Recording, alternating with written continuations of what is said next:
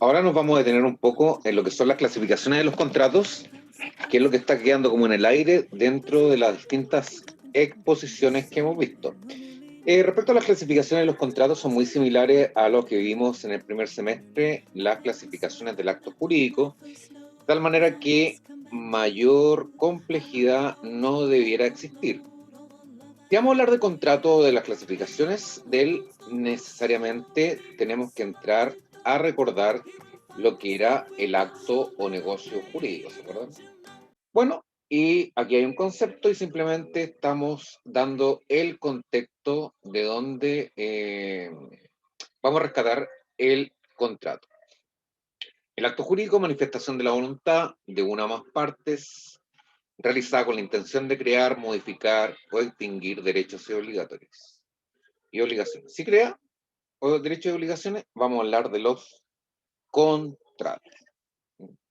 Esto está dentro del primer semestre.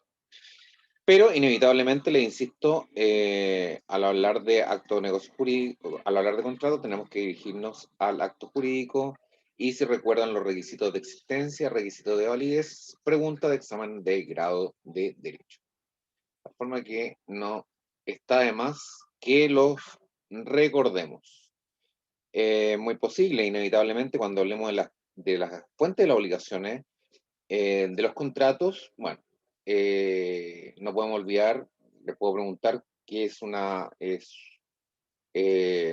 jurídico y cuáles son los requisitos de existencia y de validez dentro de, si ustedes recuerdan, de los elementos esenciales generales. ¿Mm?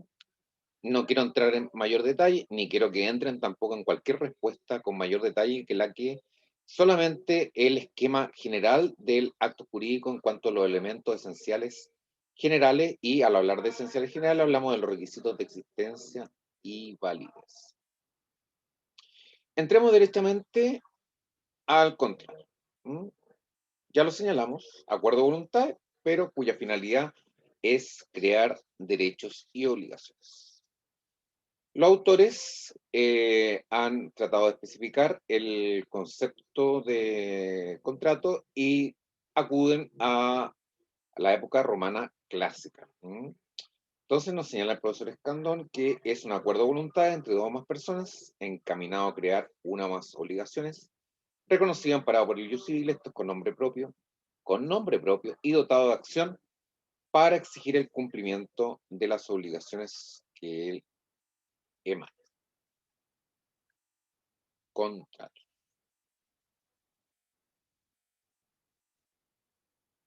Veamos las distintas obligaciones, o sea, las distintas clasificaciones de contrato.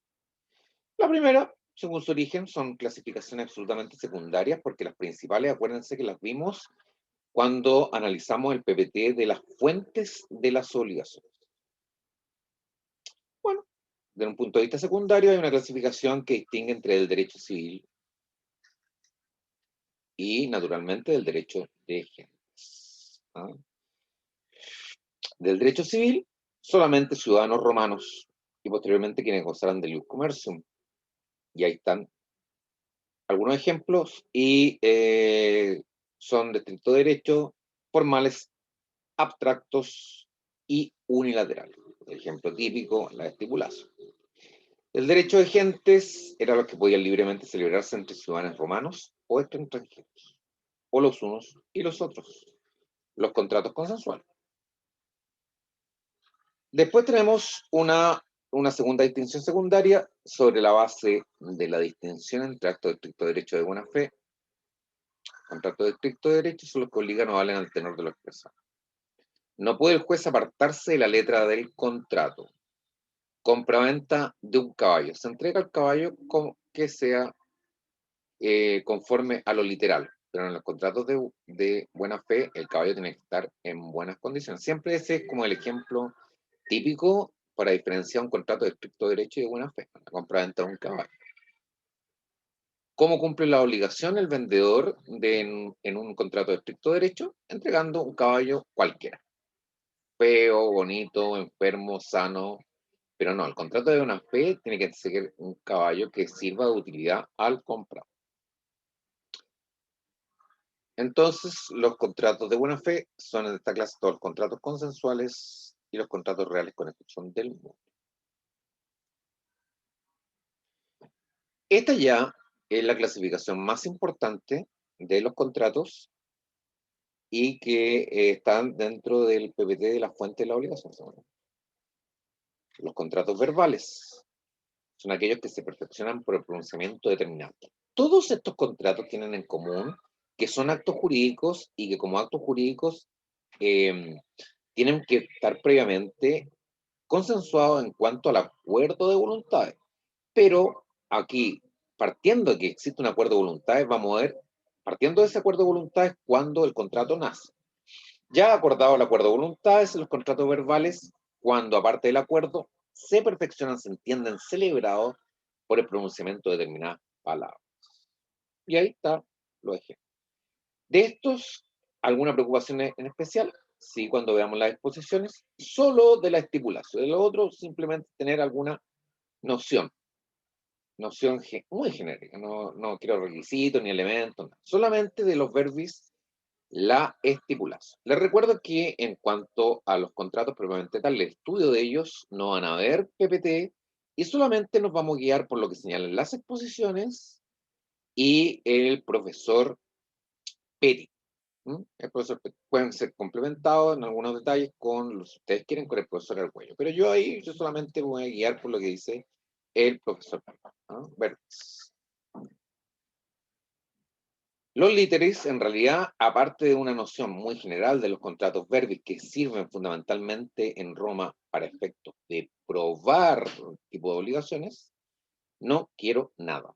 Nada, porque estos son ya reminiscencias de el derecho romano estricto, ¿no?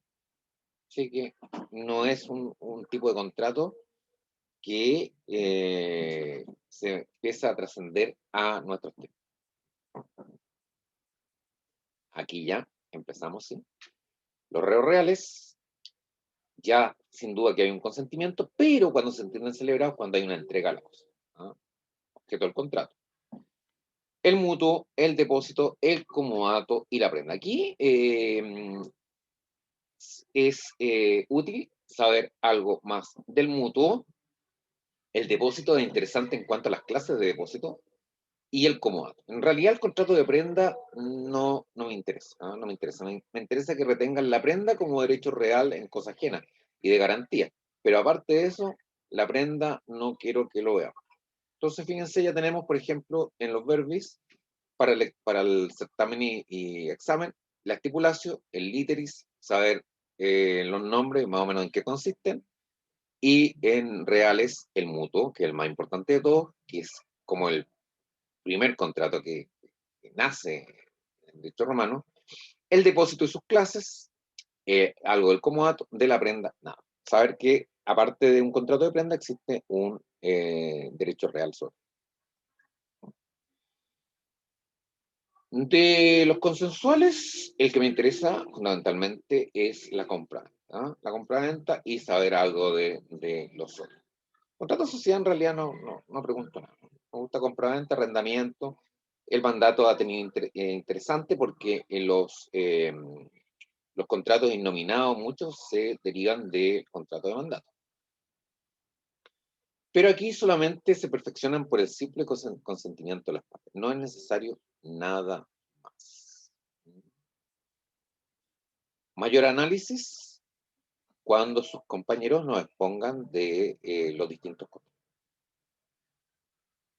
Pero ya les adelanto que lo único que me interesa es que se detengan un poco más en lo que ya he señalado.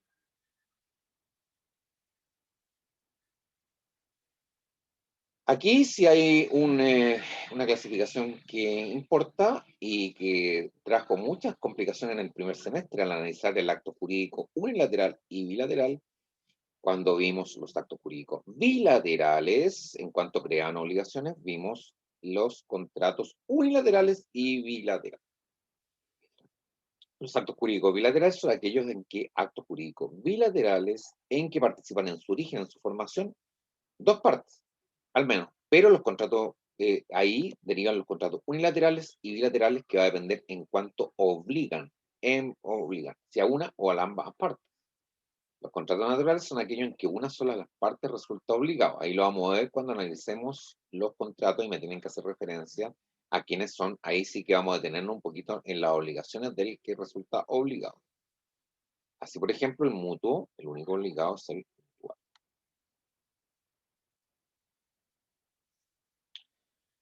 Contratos bilaterales, también llamados modernamente sinalagmáticos. Aquí ambas partes se obligan recíprocamente y es lo típico de los contratos consensuales. Fíjense que estos contratos bilaterales se subdividen en sinagmáticos perfectos e imperfectos, pero en realidad es una clasificación que yo, la verdad es que no me detengo en esto. Es muy formal nomás, es simplemente para conocimiento, seguramente van a tener que entrar en un detalle más profundo cuando lo vean en sí. Pero aquí en romano, la verdad es que no.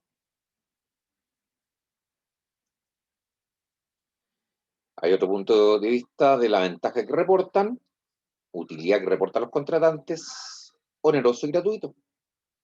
Oneroso en aquel en que ambas partes se benefician, lo cual supone que ambas se graban recíprocamente. Por ejemplo, compraventa, arrendamiento, mandato remunerado.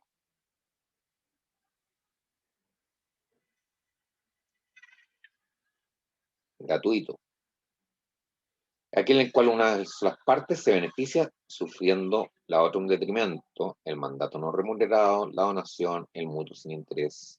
El comodato creo que es el ejemplo más típico dentro de los contratos de Roma, porque podríamos señalar la donación, pero la donación, recuerden que no era un contrato. ¿Qué lo que era?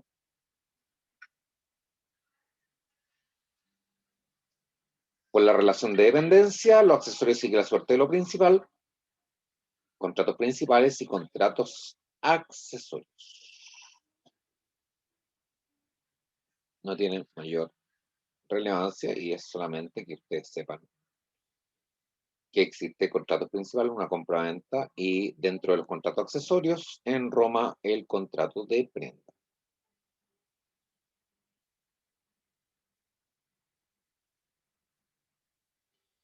Otra importante clasificación en los contratos nominados y nominados, pero ya lo vimos en el PPT de las fuentes de las obligaciones, de tal forma que no vamos a entrar mayormente en ella, pero no se queden simplemente en que los contratos nominados tienen que tengan nombre y los nominados no tienen nombre, sino que fundamentalmente se encontraría en la estructura, en que no es reconocido típicamente como un contrato nominado de la típica clase de los contratos en la época romana, verbi, literis, consensuales, sino que eran contratos que eran figuras similares a estos contratos nominados, pero que eran distintos. Eran distintos, ¿no?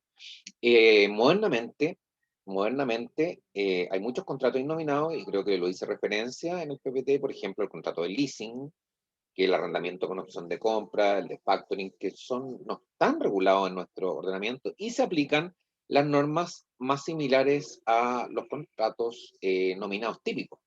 Tanto el contrato de leasing, que es un contrato de arrendamiento con opción de compra, podemos aplicarle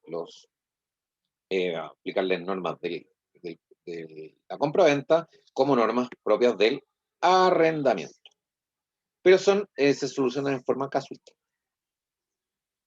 Y entre los contratos denominados vimos estos, ¿cierto? Que ya los señalamos y no me voy a referir.